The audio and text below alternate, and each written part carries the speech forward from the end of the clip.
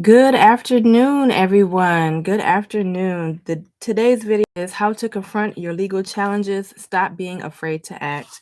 So, the problem with legal issues is not necessarily that you don't know enough about the law, but you don't know enough about your issue and how the law will affect that. It's not every single legal strategy, legal issue, but when it comes to what we talk about here, when it comes to uh, protecting your property, having your rights respected, and leaving a legacy for your lineage, it's all about discovering what that is, what that purpose is. So I am attorney Tina Patterson. I'm the principal attorney here at Patterson Justice Council, PLLC, headquartered in Detroit, Michigan, and we help clients do just that: have their property protected, their rights respected, and leave legacies to their lineage. So let's get into it. The biggest difficulty is people see their challenge and they are afraid. They're afraid, number one, just because they don't know enough about it, so that kind of stops them in their tracks. They're afraid, number two, because they don't like the confrontation and it's uncomfortable for them.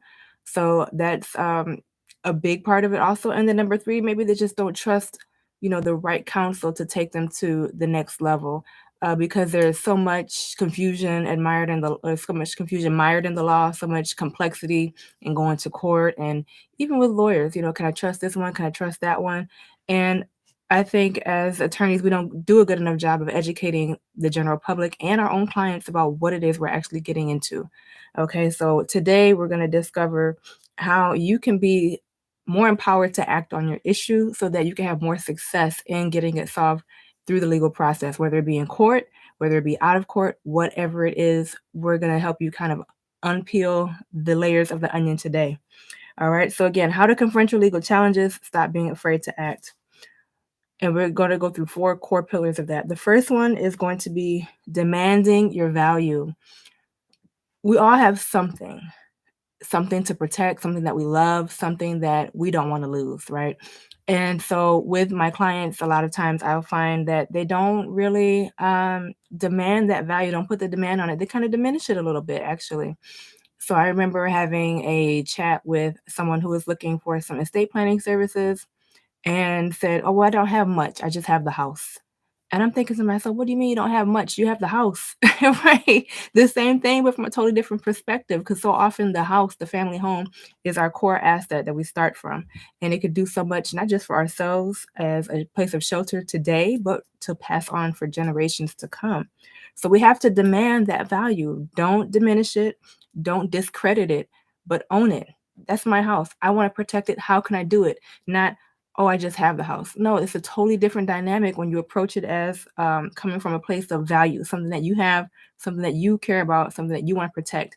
And for the lawyer, it does so much more to help you get that result because we know where you're coming from. We know what you want. We know what your objective is. And it just drives us to help you get to that objective.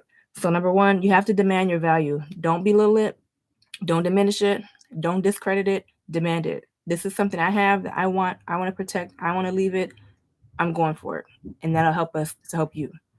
The second thing you have to do is to develop that value. So, in kind of the thinking with, oh, it's just the house. Well, no, it is the house, but you're not gone yet. Is it only going to be the house, right? Are you going to add an investment property? Are you going to add a business that you're going to open up soon?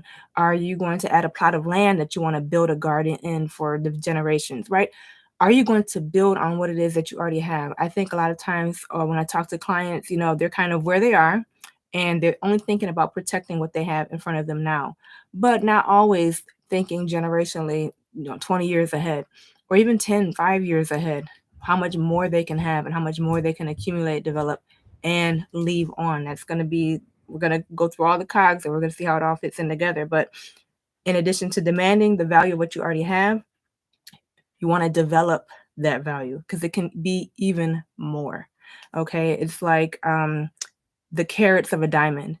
So you have the different qualities of it. It's still a diamond, it's still very valuable, but the more you kind of refine it and get it down to that, VSS, I forgot what I used to work at a jewelry store too. The VVS, I can't remember the quality, but like the highest quality of the diamond where the clarity is just there. You can see every single dimension of it.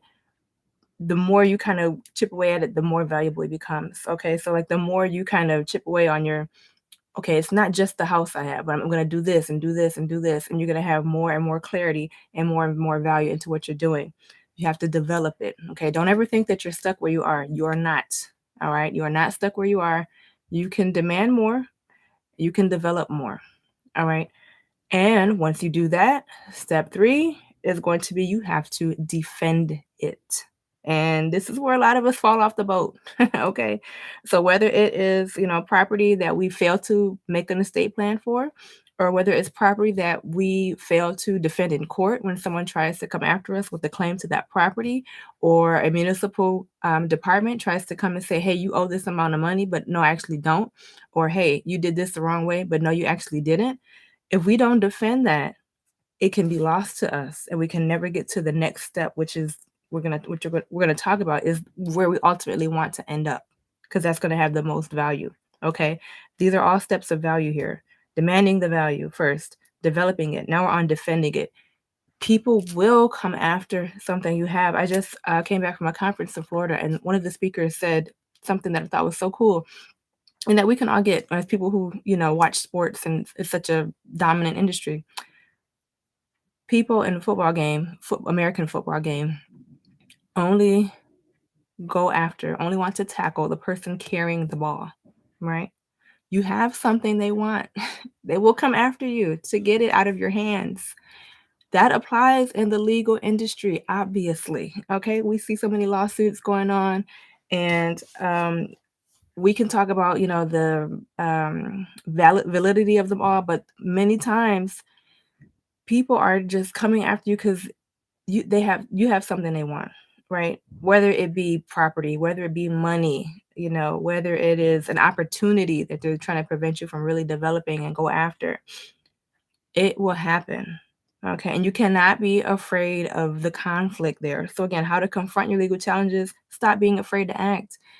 It's a natural part of life. None of us are ever going to agree all the time 100%. As an attorney, that's what I do. I always tell my clients I'm okay with going into court and arguing on your behalf, right? That's one of the core components of being an attorney, of being a legal representative, is to take those arguments and defend them in court, right? With valid evidence. I'm not just out here putting any garbage in the court system, but if you have something to protect and we have some evidence we can stand on, we're going to do that. But we have to do those other steps first, right? We can't just go and start at this level. But you can't also be afraid to go there. You cannot be afraid to defend your property. You can't be afraid to defend your rights that you're entitled to by law and by basic humanity, honestly. You cannot be afraid to fight for what is so valuable and so important to you. So I have had many cases where I've gotten amazing results from my clients, results that the opposing counsel told me was not even possible. We don't even know if we can put that on the table, but I got that and more because my clients were not afraid to defend their stuff. Okay. It's not just me doing the work. The client, if it's you, if you have that legal challenge, you have to be willing to take on that risk, and it's almost paradoxical saying it as an attorney because we are trained to be more risk averse, right? To always say, well, if you do A, B, and C, then D, E, and F can happen. And if you do D, E, and F, then, X, Y, and Z is going to happen. That's how far down we go, right? But it's not about avoiding risk. It's all about managing risk. We're never going to avoid it whatsoever in life. There's always going to be something. You go outside and you go drive. Driving is the riskiest, right, form of transportation there is. People think flying is. Flying is the safest, But the point is we're going to have to get around somehow or we're going to be stuck where we are. That's just what it is. The same thing goes for defending something in court. And that it gets to that level where we have to finally go to court. We couldn't resolve it any other way first because somebody's coming after our stuff, because somebody is disrespecting us, right? They're breaking our not just our constitutional rights, but our civil rights, and underlying all of that is our basic human rights. They're disrespecting that.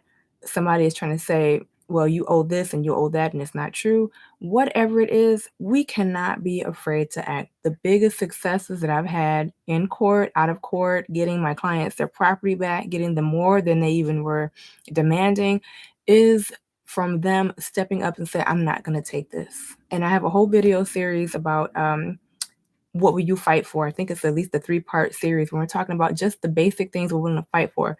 And mostly it's our family, It's our fortune and it's our future. The people we love, the money that helps sustain that, and then the future of bringing those two together for the next generation, for people that are not even here. Okay? Do not be afraid to want to take something to that level if it needs be. And wise counsel will tell you when, if you think you're just so ready to fight, no, let's back up. It's not ready for the fight yet. Let's try this first. And then maybe we'll get there. Okay. Wise counsel will let you know, and they'll talk you through it. They will let you know what would be good and what would not be good. Okay. Not just getting there right away. I'm always the first one to tell my clients court is the last option. It's always on the table in the matter of law. It's always on the table, but it's never the first option ever. Okay. If we can do something before then, we will. And that's still in line with defending our rights, right? Defending our property, whatever it is. But there's more than one way to peel an orange, I like to say, because I love cats, so I don't want to use that other expression. But there's more than one way to peel an orange. You can do it by hand, you can do it by cutting it up and however you want to do it. The point is it can be done. But let's not just go in, straight away into the courtroom. But either way, do not be afraid of it.